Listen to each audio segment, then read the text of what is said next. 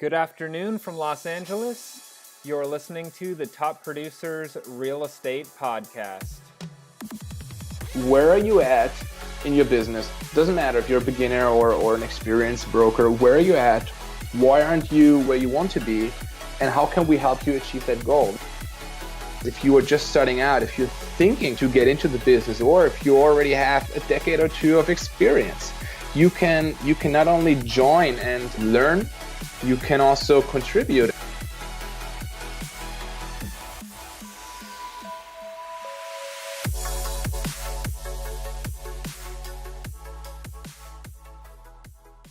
Hello from Los Angeles. This is Tyler Soderberg. This is the Top Producers Real Estate Podcast. And today we will talk about how to set realistic goals, how to stay focused on your goals, and how to stay motivated without making excuses. I have with me my co-host, Bastian Weinhold from New York City. How's it going, Bastian? Hey, Tyler. Hey, guys. Hey, what's up? Going great. Great. How's your week been going? Oh, busy actually. It's a beautiful summer week here. Late August, New York City. We are very lucky with the weather here. Today was a very busy day. Everything is excellent. I'm heading out to Florida actually for the Labor Day holiday. I'll be there next week. So for anyone who is down in the Miami Beach area, just reach out. Would love to get in touch with you guys.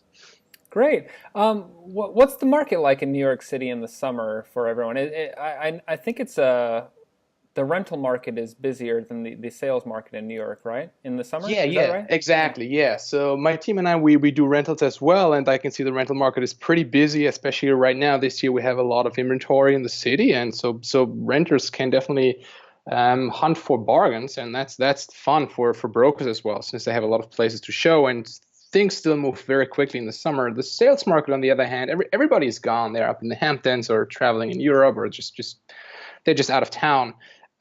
So the sales market is a little bit slow. It's always like that in the summer. Usually the week after Labor Day, it starts to pick up again, and then we're at full speed for, I don't know, until I would say mid-December or so. It's still pretty busy, and then it starts to slow down again for the Christmas holiday. Okay, that makes sense. All right. Well, let's get to our topics for the day. Whether you're starting out in the business, whether you're a new agent or whether you've been in the business for decades, setting realistic and trackable goals is a major key to success. So can you elaborate on how you set your first goals and what problems you were facing when you started? Yeah, you're right. You said it. And at the beginning, I didn't really know how to set goals. So I, again, once more started from scratch and did my research online and came across names like Brian Tracy and Tony Robbins and Zig Ziglar and those names, and learned from what they had to share. I just speak from my personal experience, and I would recommend anyone to follow that strategy if they don't have any experience with setting goals. Start with a wider time frame.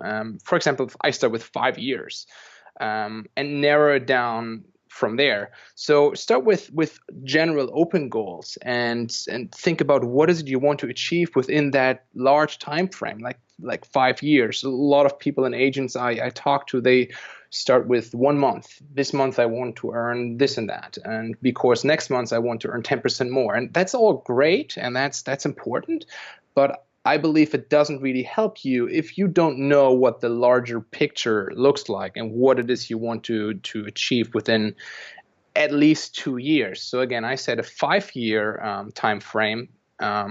And within that time frame, on my goal list, I put all sorts of general goals. Like, for example, where do I want to live? Do I want to live in a certain area or not? Where am I happy where I am?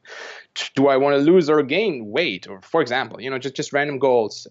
What type of toy, what type of car do you want to own in 5 years from now? Or what is the amount of money you want to earn? Or whatever it is.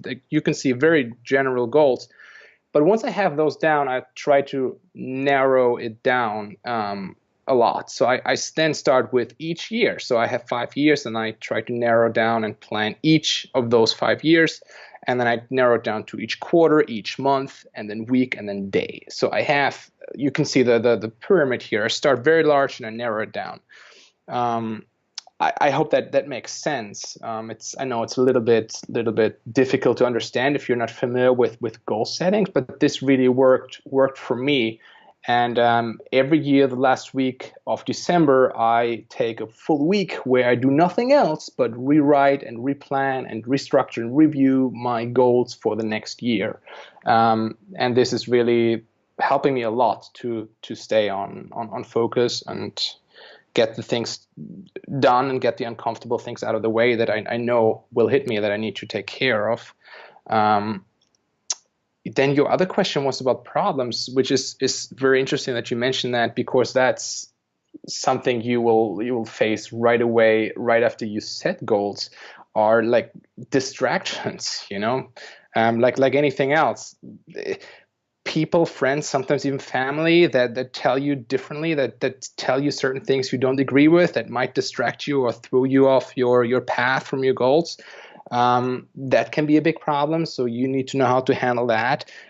And then even other agents within the office, within your own office, can cause you to lose focus on your goals. Like, I still remember a situation where I was focusing on one particular area and market, and like two, three other agents in my office, they were making crazy amounts of money in a totally different area, um, which really distracted me. And I felt like I needed to switch gears and needed to move on to that area that they were working in, not realizing that they are the specialists in that area, that they spent 2, 3, 4 years to build that pipeline that they currently have. And I was just jumping in that market, and I ended up with like 2, 3 months of nothing. You know what I mean? Yeah, Now looking back, that was just a and stupid, silly mistake. this goes back to the last episode we had as well, where you need to concentrate on setting parameters for yourself, Oh, absolutely. and so maybe you skipped that step at the beginning, and that was a problem for you in the long run. Is that what you're saying? Oh, absolutely. Yeah, yeah. And that in combination with the fear of missing out, like they're making money. I'm not. I'm new to the business. They're not. If I just can't cut the corner here and jump into their market and their area, then I'll make money. It doesn't work. You're absolutely right. Yeah. And setting parameters in your market you want to work in, that's part of the goals. Like for this quarter, for example, I want to know every single condominium building on whatever this 10 block radius, wherever you work in. But yeah, you're absolutely right. Okay.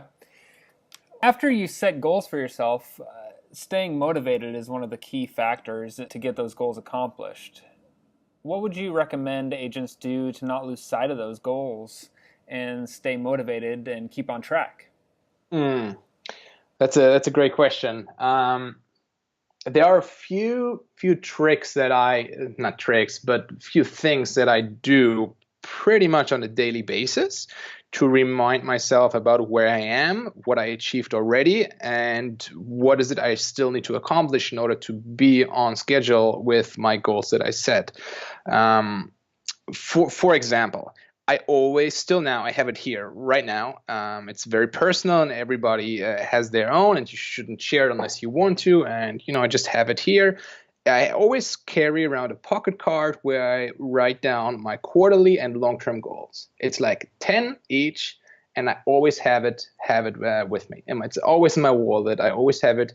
And when I'm on the subway or when I'm in the car or waiting for a client or whatever, I just take it out, I take a look, I read it, and I put it back.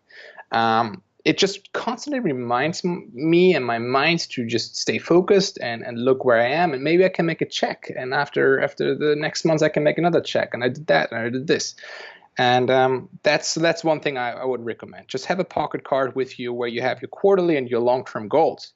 Then what I do still every single morning, and I have been doing this for many, many years now, I still do it every single morning. I sit down, and that's pretty much the first thing I do after I have a cup of coffee. On a blank piece of paper, I just write down my goals. I just write them down with a piece of paper. I write them down. It's totally different than just saying it or thinking about it or typing up on your phone or computer. I have a piece of paper and I write it down. And I think it's super important. And I learned that from Brian Tracy has a great books on that. I would recommend anyone to check those out, about how to set goals. So that's something I do, and that reminds me and keeps me focused on my goals, that I don't jump off the tracks. just me again, I keep all those goals that I write down. I keep all of those on paper on a separate folder. And the end of the year or every quarter, I take them out and I review them, make sure I'm on schedule and everything looks good. But yeah, that's one of the things I would recommend anyone. So keep a pocket card and write them down every day. That should definitely help to stay focused on the goals. It's pretty clear that you've stayed true to the goals you've set for yourself based on the success and just over the last, what, 10 years? How long have you been in real estate? 10 Yeah, years? yeah, Has it yeah, been 10 yeah. years? Around 10 years. 10 Yeah. years, yeah. So how have you been able to avoid making excuses, and how have you been able to wake up Yeah. every day with your goal in mind? Because I know sometimes, Monday morning rolls around and it's 6 a.m., the alarm goes off and you want to hit the snooze button and things like that. But Right. how have you been able to kind of avoid that? Right. So I'm like for realtors, the day off, quote quote, is usually Saturdays.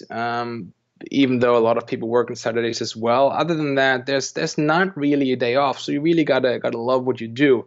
And I'm always excited if Monday comes. And I'm one of those that is always happy to go to bed early on a Sunday because I'm excited and energized to get up on a Monday to go back to work. But it depends on each person's own level of discipline, I guess. So would consider myself as fairly disciplined. That also means I know my weakness and I know when I need to push myself and I know when I can let go and relax. You just really need to know your own body and mind.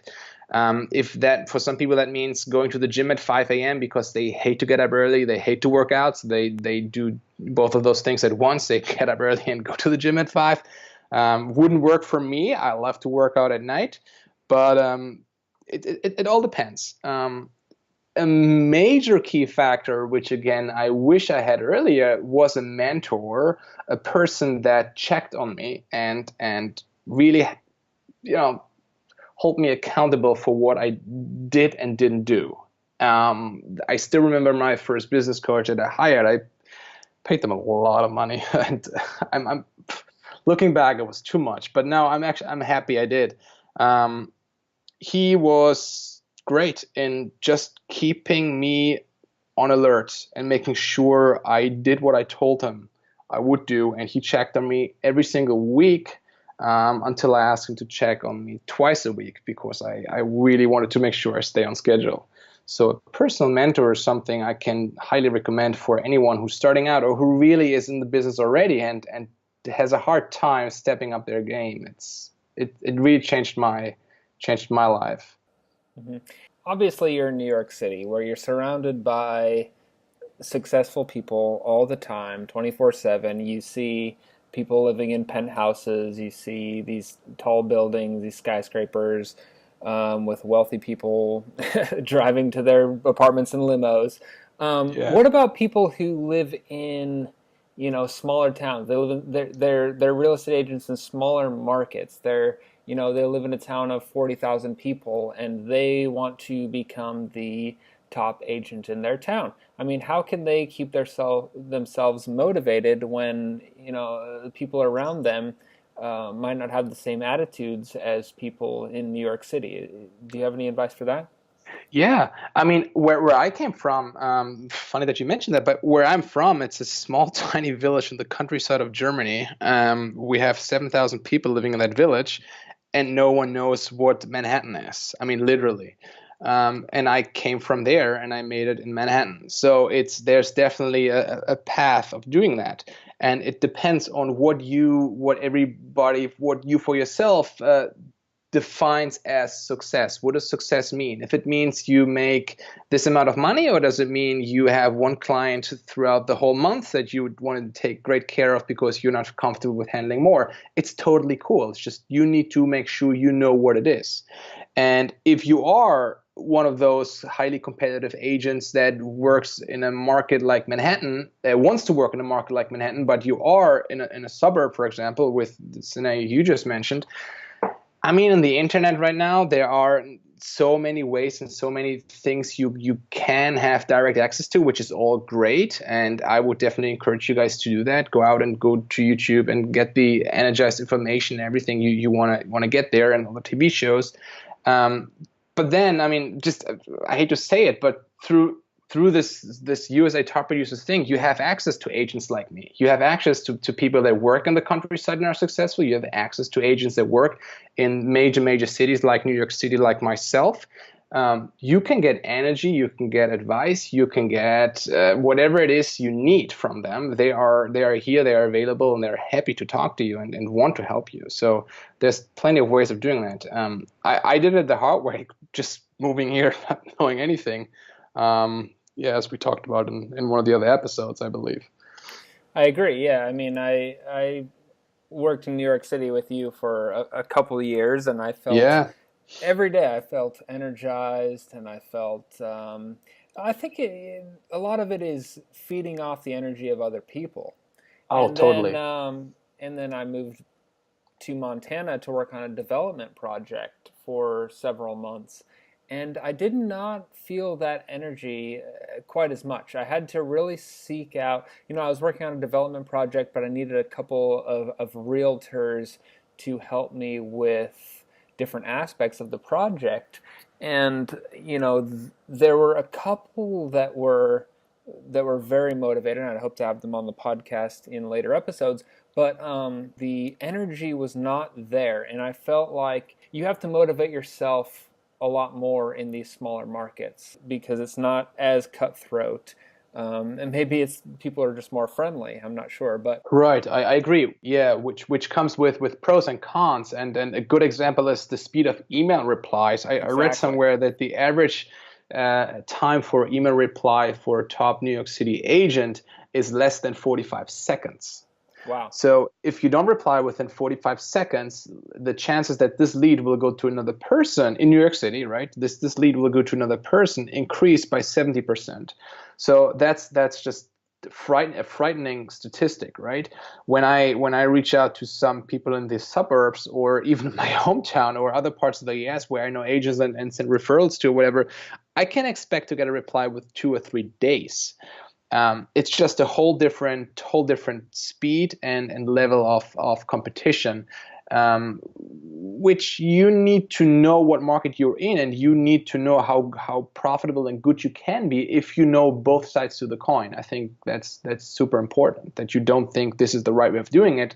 You can only know the right way of doing it if you know both ways of doing it, I believe. So that's just my Exactly. opinion. Exactly. I'm from Montana originally, but I came back there after working in New York for 3 years, came back to Montana to work on a project, and I had my New York mindset, and it just did not mesh properly with the way that people in Montana were thinking. And I think you have to mirror your clients in a way, and you have to be able to think the way that they're thinking in order to be successful. There's not one way is not necessarily better than the other. Absolutely, 100%, agree. And that we put, as you know, we put major emphasis on this in our coaching courses as well. Like how to adjust to a market. That doesn't only mean how to adjust to a different market within your area of business. For me, Manhattan, it also means what do you do? What would I do? How would I adjust if I don't know, I move to Montana tomorrow, or I move to Florida and then work there?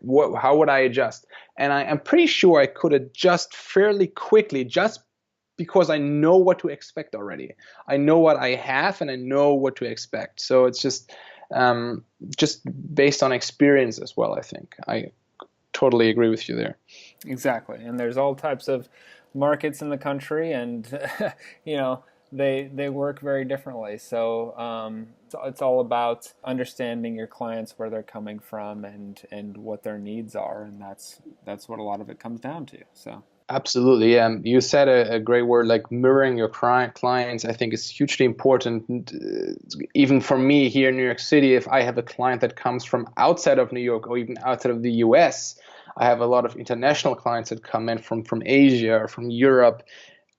It's absolutely amazing how different each person reacts, behaves, and does business. And just by now, I had so many people coming from around the world that I kind of know, oh, this person is coming in from China, this person is coming from Switzerland, this person is coming from Russia. I sort of know how to get a deal done without offending anyone. If that means I need to be patient and wait a day for an email reply, so be it. I just need to be prepared. Yeah, it's funny. I was speaking with a girl this weekend from Los Angeles that moved to New York for a brief period to get her master's degree. And I remember when I first started working in rentals in New York, I thought, okay, I'm writing a Craigslist ad in New York City. I need to differentiate myself from everyone else. I'm going to write this ad, the headline of this ad in all caps. And I was speaking with this girl a few days ago, and she said, I was moving to New York, and my sister lived in New York, and she said, never click on an ad that has all caps. That's so funny. Yeah. So that was just a lesson to me. It's great. I love that. You have to really think about who you're serving, who the clients are that you're serving, and you have to think about it from their perspective instead of your perspective. And I think that makes all the difference. Exactly. Yeah. That's a great example. Yeah. I totally understand where she's coming from. Yeah. I'm not sure if that's true. I don't know. I mean, you work more in the rental market than I do, so That's true. I'm not allowed to. I'm not even allowed to write all caps. It's just totally true. There are certain times change since then, but there are certain restrictions and certain things that you can't do in certain firms, and I personally am not allowed to do so. And I totally understand why. There's a good point to that. Just yeah, I totally understand. It makes a lot of sense to me. yeah. Well, Bastian, I think we're about out of time today, but we'll be back with you guys next Wednesday. Be sure to tune in every Wednesday. You can catch us on Twitter at USA Top Producers. You can catch us on Facebook, also at USA Top Producers, and our website is usatopproducers.com. So make it a productive and profitable week, and we'll talk to you next Wednesday. Thanks. Thanks, guys. Thanks. Bye-bye.